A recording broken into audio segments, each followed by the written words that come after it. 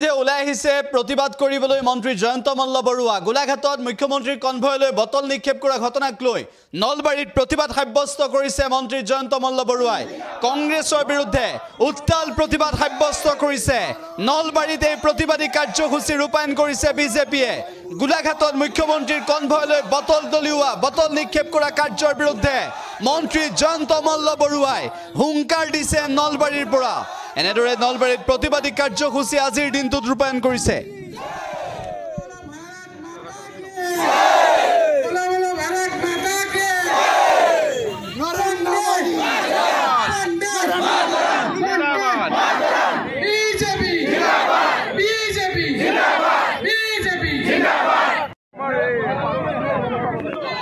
সকলোৰে হৈ মই আপোনালোকৰ মুখৰ কথা মই ক'বলৈ বিচাৰিছো হিমন্ত বিশ্ব শৰ্মা জিন্দাবাদ হিমন্ত বিশ্ব শৰ্মা জিন্দাবাদ হিমন্ত বিশ্ব শৰ্মা জিন্দাবাদ ভাৰত মাতা কি ভাৰত মাতা কি ভাৰত মাতা কি আজি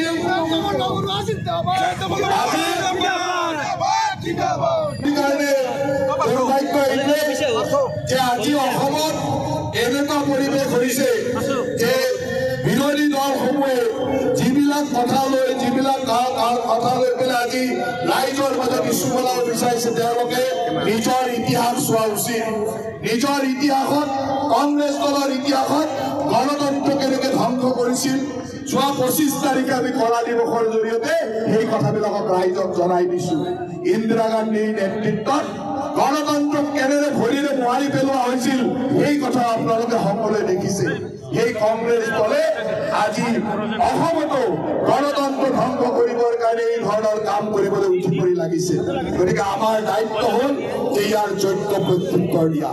নলবাৰীবাসী ৰাইজ ওলাই আহিছে মই আশা ৰাখোঁ যে নলবাৰীবাসীৰ এই উৎসাহ উদ্দীপনাই হিমন্ত বিশ্ব শৰ্মা ডাঙৰীয়াক আৰু অধিক শক্তিশালী কৰিব আৰু আমি সদায় তেওঁৰ লগত থাকি এই অঞ্চলৰ উন্নয়নৰ কাৰণে আগবাঢ়ি যাম সকলোকে ঠিকানাই আৰু সেই দলটোৱে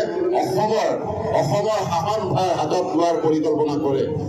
এই দলটোৱে যদি আজি অসমৰ শাসনভাৰ হাতত লয় আপোনালোকৰ আৰু আমাৰ নিচিনা জনসাধাৰণৰ অৱস্থা কি হ'ব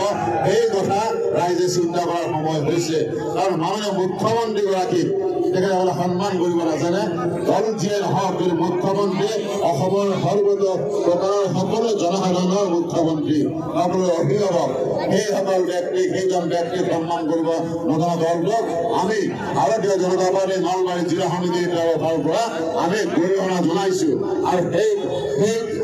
গৰিহণাক লক্ষ্য কৰি মই কাৰ্যকৰ্তাসকলক স্লোগান দিয়াবলৈ অনুৰোধ জনাইছো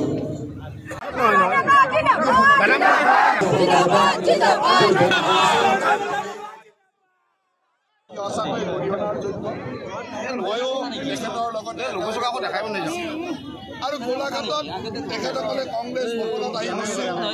15-20 জন ল'ৰা গোট খাইছিল আৰু আমাৰ পুলিচ প্ৰশাসনেও তেওঁলোকক সুন্দৰভাৱে তাত থাকিবৰ কাৰণে সুবিধা কৰি দিছিল কোনো ধৰণৰ অসুবিধা কৰা নাই তাৰপিছত মুখ্যমন্ত্ৰী ডাঙৰীয়াই সেইফালেৰে যাওঁতে গাড়ীখন যাতে গাড়ীলৈকে বটল নিক্ষেপ কৰা কাৰ্যটো সঁচাকৈ অত্যন্ত গৰিহণাৰ যোগ্য মই আশা ৰাখোঁ যে কংগ্ৰেছৰ এই কাৰ্যৰ মাজেৰে তেখেতৰ দলৰ হতাশাৰ পৰিচয় দিছে আৰু হতাশাগ্ৰস্ত কংগ্ৰেছে আজি এই ধৰণৰ কাম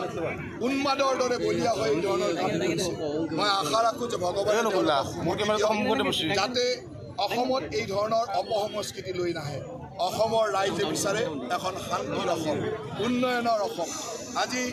মুখ্যমন্ত্ৰী ডাঙৰীয়াৰ নেতৃত্বত অসম ভাৰতবৰ্ষৰ 5খন শ্ৰেষ্ঠ ৰাজ্যৰ এই সময়ত এই ধৰণৰ পৰিৱেশ যাতে কোনোৱে সৃষ্টি নকৰে তাৰ কাৰণে সকলোলৈকে মই আহ্বান জনাইছোঁ কংগ্ৰেছ দলৰ সতীৰ্থসকলেও কৈছোঁ যে তেখেতসকলে অন্ততঃ ভগৱানে তেখেতসকলক সম্মতি দিয়ক ভাল কামত লাগক ভালকৈ প্ৰতিদ্বন্দ্বিতা কৰক প্ৰতিযোগিতা কৰক আমাৰ ক'বলগীয়া নাই কিন্তু এনেকুৱা ধৰণৰ তাৰ কাৰণে তেখেতসকলক আহ্বান গতিকে নিশ্চয়কৈ হতাশাৰ কি হৈছে আমি ক'বলৈ নাযাওঁ কিন্তু যি হৈছে সেয়া অত্যন্ত দুৰ্ভাগ্যজনক আৰু অত্যন্ত লজ্জাজনক। তাৰমানে এইটো কথা ক'ব বিচাৰে নেকি যে কংগ্ৰেছে যিহেতু কৰিছে গতিকে গৌৰৱে দায়িত্ব ল'ব লাগিব, যি কাম কৰিলেও নেতৃত্বই ল'ব লাগিব আৰু নেতৃত্বই নহ'লে তাক নিয়ন্ত্ৰণ কৰিব লাগিব। এতিয়া আগন্তুক দিনত এই কথাবিলাক নিয়ন্ত্ৰণ কৰে নে দায়িত্ব লয়, হয় দায়িত্ব লওক, নহ'লে নিয়ন্ত্ৰণ কৰক, ভৱিষ্যতে হ'ব আৰু কেতিয়াও নহয় বুলি তেওঁ স্পষ্টতাৰে কয়, ভৱিষ্যতে এনেকুৱা কাম অসমত হ'বলৈ দিয়া নহ'ব। এনেকৈ দায়িত্ব পালন কৰক, তাকে আশা ৰাখিম।